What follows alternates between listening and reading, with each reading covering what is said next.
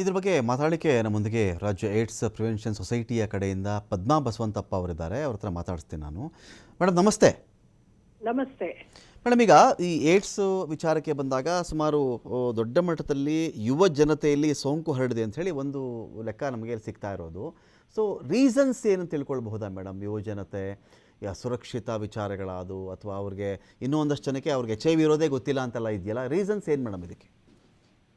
ನೋಡಿ, 7,000 ಕೇಸಸ್ ಇದೆ, college students ಇದ್ದಾರೆ ಅಂತ ಏನ್ ಹೇಳ್ತಾ ಇದ್ದಾರೆ ಅದು ವದಂತಿ, ಅದು ನಿಜ ಅಲ್ಲ.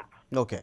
ಯಾಕಂದ್ರೆ ಎಲ್ಲೂನು ನೀವು ನ್ಯಾಷನಲ್ ಲೆವೆಲ್ ಅಲ್ಲಾದ್ರೂ ಚೆಕ್ ಮಾಡಿ, ಇಲ್ಲ ನಮ್ ಸ್ಟೇಟ್ ಅಲ್ಲಾದ್ರೂ ಚೆಕ್ ಮಾಡಿ, ಎಲ್ಲೂನು ನಾವು ಸ್ಟೂಡೆಂಟ್ಸ್ ಮಾಹಿತಿ ಅಂತ ಕಲೆಕ್ಟ್ ಮಾಡಲ್ಲ. ನಾವು ಒಬ್ರು ಚೆಕಪ್ ಬಂದಾಗ ಪಾಸಿಟಿವ್ ಏನಾದ್ರೂ ಆದ್ರೆ ಪಾಸಿಟಿವ್ ಅಂತ ತಗೋತೀವಿ.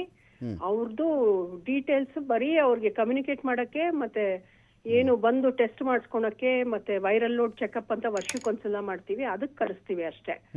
ಬಟ್ ಅವ್ರ ಡೀಟೇಲ್ಸ್ ಎಲ್ಲ ನಮ್ಮಲ್ಲಿ ಅವ್ರು ಎಲ್ಲಿ ಕೆಲಸ ಮಾಡ್ತಾರೆ, ಅವ್ರು ಓದ್ತಿದ್ರೆ ಎಲ್ಲಿ ಓದ್ತಿದ್ದಾರೆ, ಈ ತರ ಯಾವ್ದು ಇನ್ಫಾರ್ಮೇಶನ್ ನಾವು ಕಲೆಕ್ಟ್ ಮಾಡೋದೇ ಇಲ್ಲ. ಹಾಗಾಗಿ ಆ ಇನ್ಫಾರ್ಮೇಶನ್ ಎಲ್ಲೂ ಇರಕ್ ಸಾಧ್ಯ ಇಲ್ಲ. ಅದು ಎಲ್ಲಿಂದ 7,000 ಅಂತ ಹೇಳ್ತಾ ಇದ್ದಾರೆ, I don't know. And another thing is, ಈ ತರ ಬಂದ ಮೇಲೆ ಏನು 18 to 35 ಏಜ್ ಗ್ರೂಪ್ ಅಲ್ಲಿ ಇದಾರಂತೆ, ಕಾಲೇಜಲ್ಲಿ ಹುಡುಗರು ಇದಾರಂತೆ ಅಂತ ಬಂದ ಮೇಲೆ, ನಾನು 18 to 35 ಗ್ರೂಪ್ ಅಲ್ಲಿ ನಮ್ಮಲ್ಲಿ ಎಷ್ಟು ಜನ ಇದ್ದಾರೆ ಆನ್ ಮೆಡಿಕೇಶನ್ ಅಂತ ನಾನು ಚೆಕ್ ಮಾಡಿದೆ. ನಮ್ಮಲ್ಲಿ ಈಗಾಗ್ಲೇ 2,03,000 ಜನ ನಮ್ಮಲ್ಲಿ HIV ಪಾಸಿಟಿವ್ ಇದ್ದು ಅವರು ಮೆಡಿಸಿನ್ ತಗೋತಾ ಇದ್ದಾರೆ.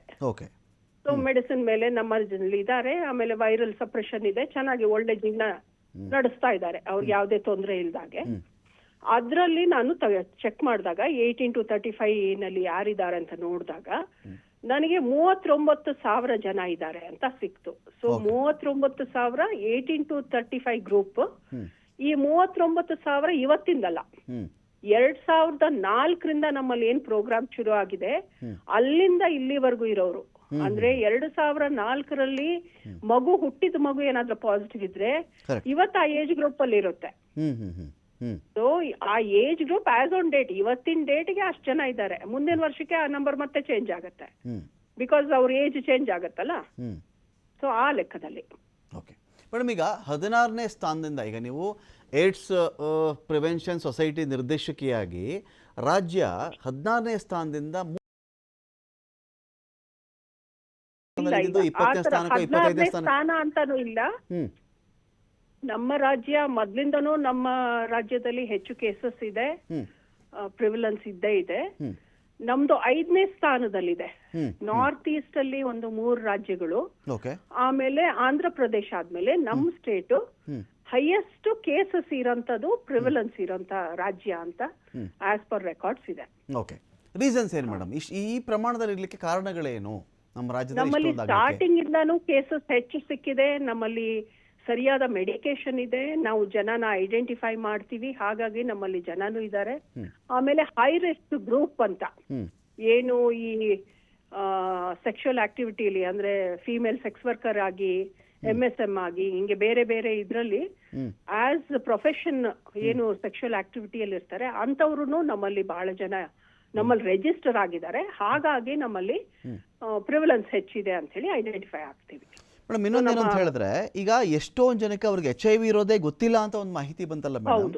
ಈಗ ಬೇರೆ ಜ್ವರ ಬಂದ್ರೆ, ನೆಗಡಿ ಬಂದ್ರೆ, ಕೆಮ್ಮು ಬಂದ್ರೆ ಅದೇನೋ ಗೊತ್ತಾಗ್ಬಿಡುತ್ತೆ, ಏನೋ ನಂಗೆ ಹುಷಾರಿಲ್ಲ ಅಂತ ಡಾಕ್ಟರ್ ಹತ್ರ ಹೋಗ್ತಾರೆ. ಇದ್ರದ್ದು ಏನ್ ಸಿಂಪ್ಟಮ್ಸ್ ಅವ್ರಿಗೆ ಗೊತ್ತಾಗೋದು ಹೇಗಿದು ಅಂತ? ಇದ್ರದ್ದು ಅದೇ ಒಂದು ದೊಡ್ಡ ತೊಂದ್ರೆ. 56,000 ಜನ ನಮ್ಮ ಕರ್ನಾಟಕದ್ದು ಎಸ್ಟಿಮೇಷನ್, ನಮ್ದು ನ್ಯಾಷನಲ್ ಏಡ್ಸ್ ಕಂಟ್ರೋಲ್ ಆರ್ಗನೈಸೇಷನ್ ಇದೆ, ಅವರ ಎಸ್ಟಿಮೇಷನ್ ಪ್ರಕಾರ 56,000 ಜನರಿಗೆ ಕರ್ನಾಟಕದಲ್ಲಿ ಅವ್ರು HIV ಇದ್ದು ಅವರು HIV ಇದೆ ಅಂತ ಗೊತ್ತಿಲ್ಲ ಅನ್ನೋಂಥದ್ದು ಮಾಹಿತಿ. ಇದ್ರಲ್ಲಿ ನಾವು ಅನಲೈಸ್ ಮಾಡಿ ಎಲ್ಲಾ ಮಾಹಿತಿ ತೆಗೆದ್ಮೇಲೆ, ಡ್ರಗ್ ಸೇಲ್ ಡೇಟಾ ಎಲ್ಲ ನೋಡಿದ್ಮೇಲೆ 18,000 ಜನ ಪ್ರೈವೇಟ್ ಅಲ್ಲಿ ತಗೋತಾ ಇದ್ದಾರೆ. ಪ್ರೈವೇಟ್ ಆಗಿ ಡಾಕ್ಟರ್ಸ್ ಪ್ರಾಕ್ಟೀಸ್ ಮಾಡ್ತಿರ್ತಾರೆ, ಅಂತವ್ರ ಹತ್ರ ಎಲ್ಲ ತಗೋತಾ ಇದ್ದಾರೆ.